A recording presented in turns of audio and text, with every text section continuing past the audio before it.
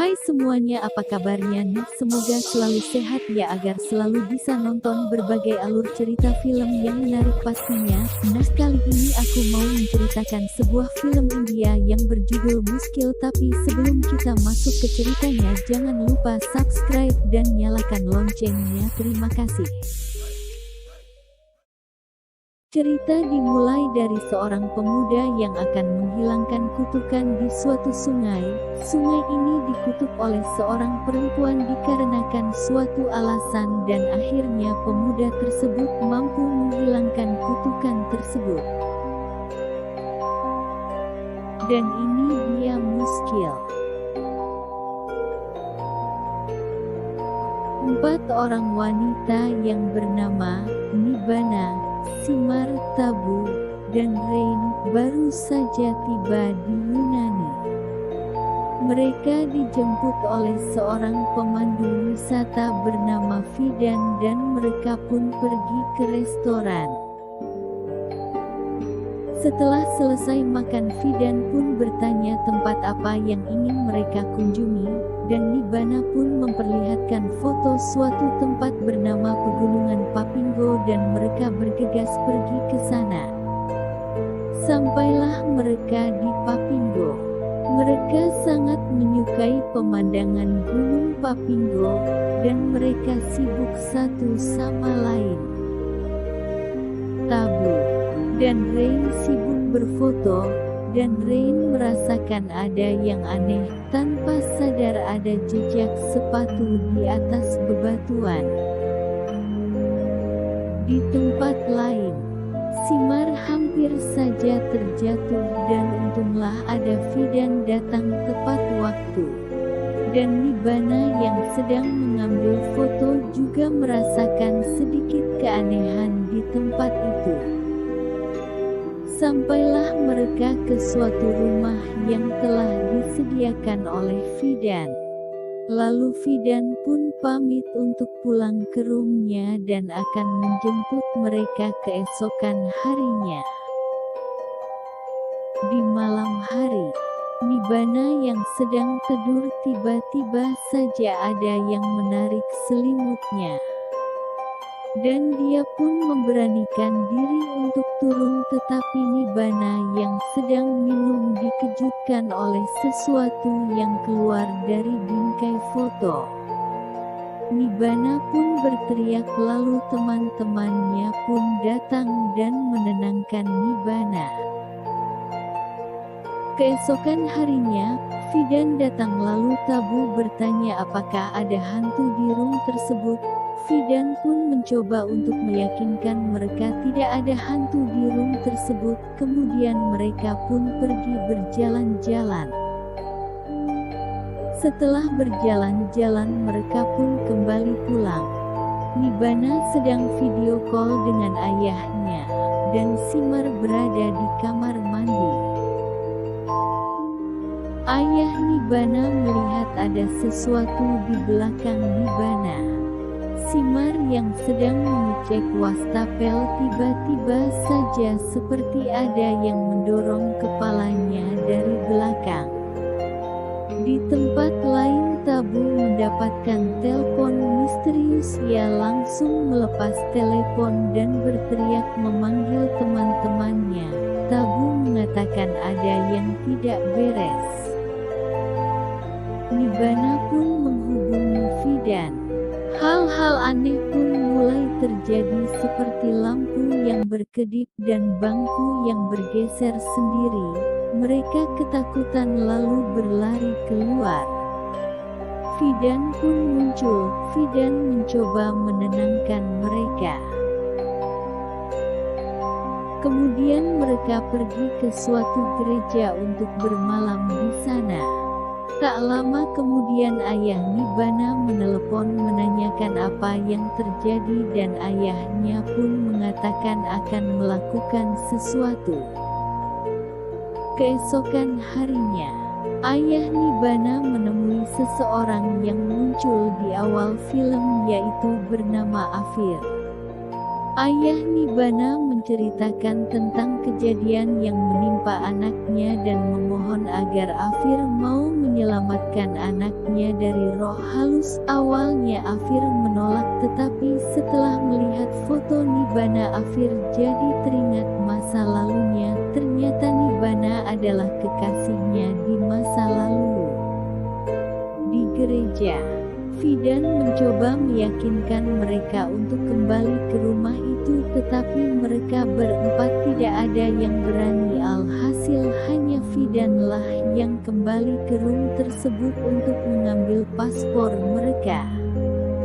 Dengan berbekal salib di tangannya, Fidan memberanikan diri untuk masuk. Awalnya terlihat baik-baik saja. Setelah mendapatkan paspor, Fidan tanpa sengaja meninggalkan salibnya di dalam kamar. Dan mulailah terjadi keanehan-keanehan di rumah tersebut.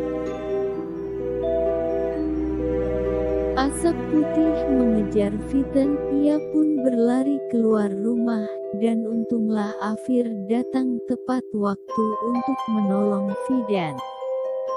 Kemudian Afir mencoba untuk mencari tahu apa yang terjadi. Afir diperlihatkan dua pasang kekasih, belum tahu mereka siapa.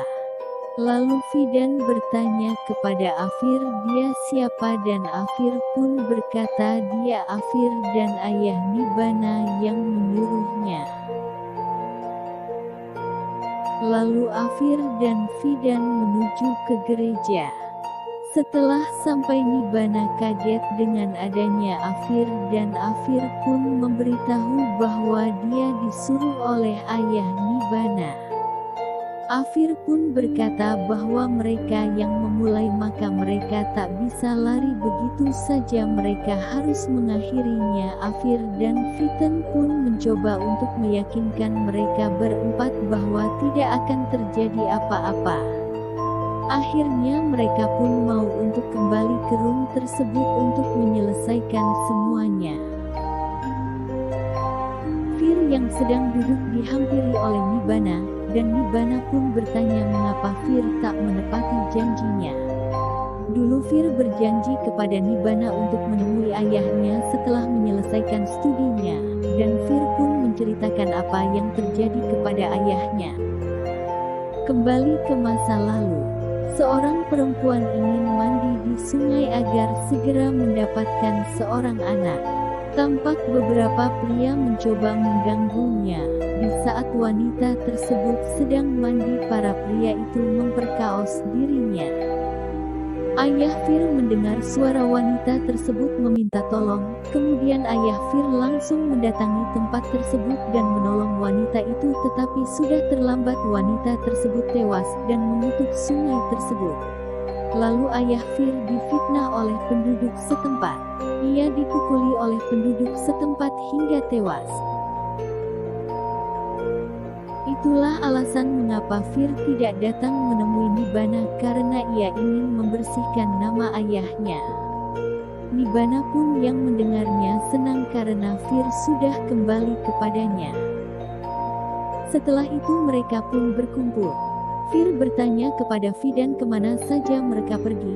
Fidan pun mengatakan mereka pergi ke Papingo, namun Rain yang mendengar kata Papingo pergi seperti ada yang aneh dengan Rain.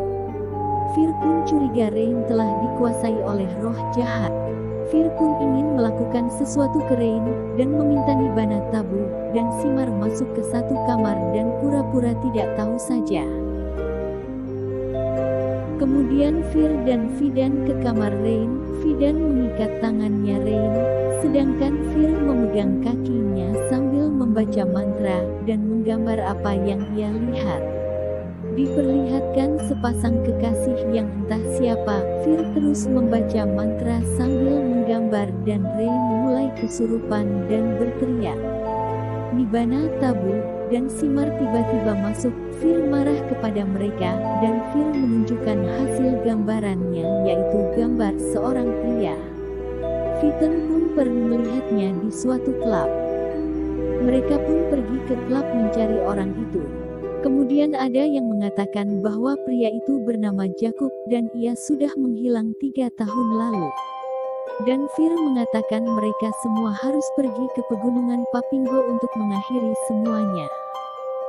Pada saat di Papinggo, Fir membaca mantra dan mencoba untuk berbicara kepada arwah yang ada di tubuh Rain, tetapi arwah tersebut berbahasa Yunani, dan Fidanlah yang mengerti apa yang ia katakan.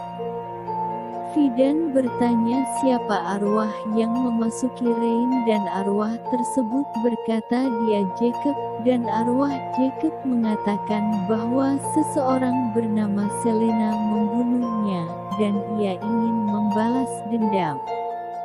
Tak lama kemudian Nibbana pun kemasukan arwahnya Selena. Dan Selena menceritakan apa yang terjadi sebenarnya. Jacob dan Selena adalah sepasang kekasih. Pada saat itu mereka sedang cekcok dan Jacob terus memukuli Selena sampai akhirnya Selena tak sengaja terdorong ke tepi jurang. Bukannya menolong Jacob malah membuangnya tanpa rasa kasihan, dan Jacob pun lari. Ia pun terkena karma dari perbuatannya, dia terjatuh hingga tewas. Kembali ke masa sekarang. Selena meminta mereka untuk menghancurkan arwah jahat Jacob, dan Nibbana pun pingsan.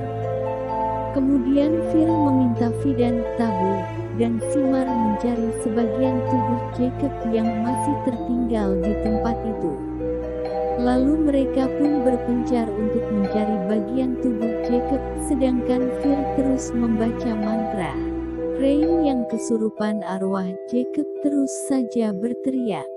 Simar yang melihat tengkorak Jacob dan ingin mengambilnya malah terjatuh. Untunglah ada Fidan yang membantunya dan mencoba untuk mengambil tengkorak tersebut. Akan tetapi Jacob mencoba menghalangi Fidan hingga Fidan tercampak. Dan Simar pun pingsan. Arwah Jacob makin menjadi-jadi. Ia melayang, dan Fir pun terus membaca mantra.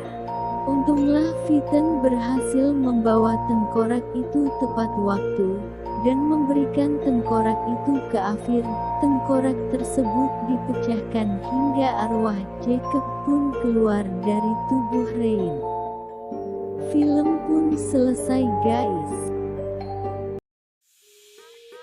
Itu dia tadi alur cerita film Muskil. Kalau ada kekurangan di video ini aku mohon maaf. Terima kasih telah menonton dan terima kasih yang sudah subscribe channel ini. Sampai jumpa di video selanjutnya, bye.